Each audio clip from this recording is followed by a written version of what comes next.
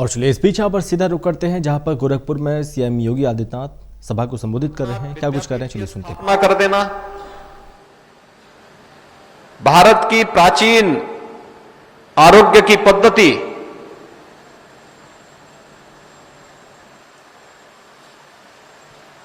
Ayurveda hospital और Ayurveda college की स्थापना के लिए कदम बढ़ाना,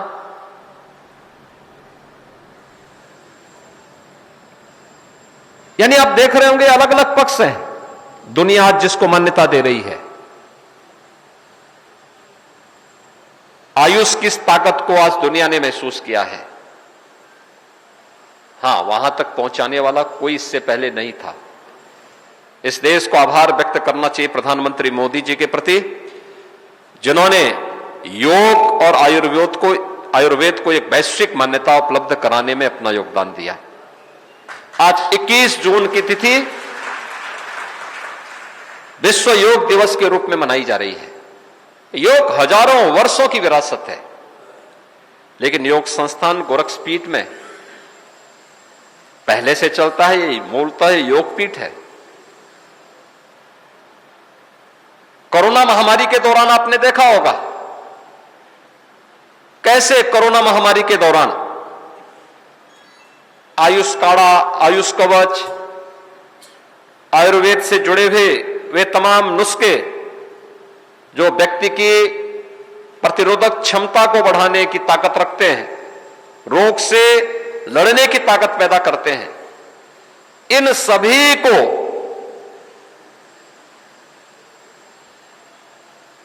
दुनिया ने माना है। कौन ऐसा भारतीय परिवार है, मुझे अभी हाल ही में एक सज्जन मिले जो अमेरिका में रहते हैं, मुझसे मिलने के लिए आए थे। अपनी जेब में एक छोटी सी एक ड्रॉप रखे हुए थे। तो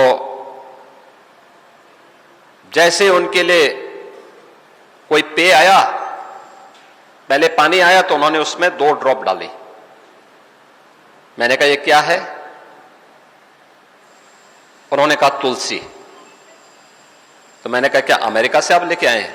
उन्होंने कहा हां, ये जब से कोरोना महामारी आई है तब से तुलसी का इतना प्रचलन वहां पर हुआ है कि लोग हर एक उसके साथ इस बात को मान रहे हैं कि तुलसी में इतनी ताकत है कि वह व्यक्ति की रोग से लड़ने की क्षमता को वृद्धि कर सकती है।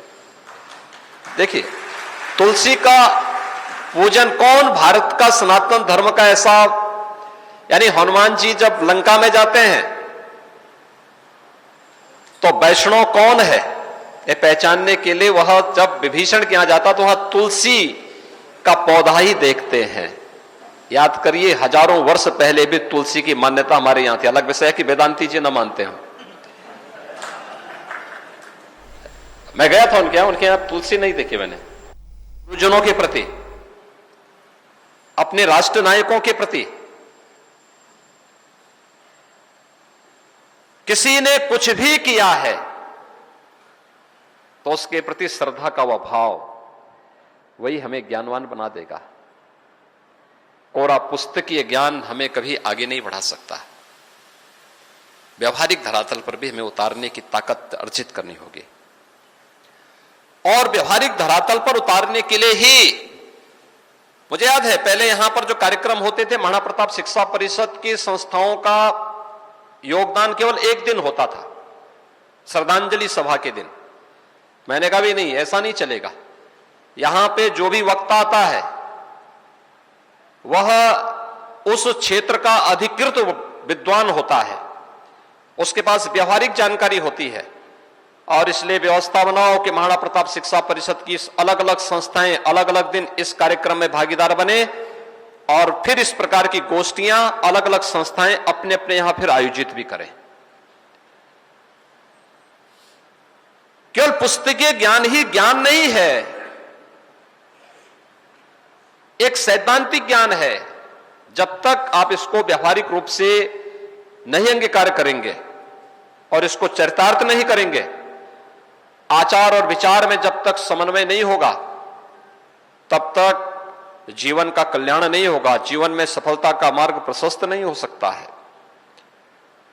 और इन महापुरुषों का, इन सिद्धों का, इन संतों का, इन योगियों का ये आदर्श, उनका वो व्यक्तित्व, उनका वो कृतित्व हम सबको व्यवहारिक धरातल पर उतारने की प्रेरणा देता है। एक दिन में कोई निर्माण नहीं होता है,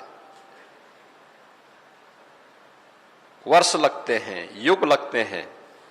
धैर्य के साथ उसका इंतजार करना, उसके साथ जुड़ना, अपने स्तर पर हमारा क्या दायित्व होता है, उस दायित्व के साथ अगर हम जुड़ करके उस कार्यक्रम को आगे बढ़ा दें, सफलता और तेजी के साथ आगे बढ़ती है।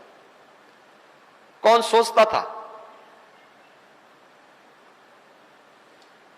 यह देश 1947 में आजाद हुआ? 1949 में अयोध्या में विवादित ढांचे के अंदर रामलला का प्रकटीकरण हो जाता है। उस आंदोलन में उस समय अयोध्या के गिने चुने संत थे, बाबा अभिराम दास जी,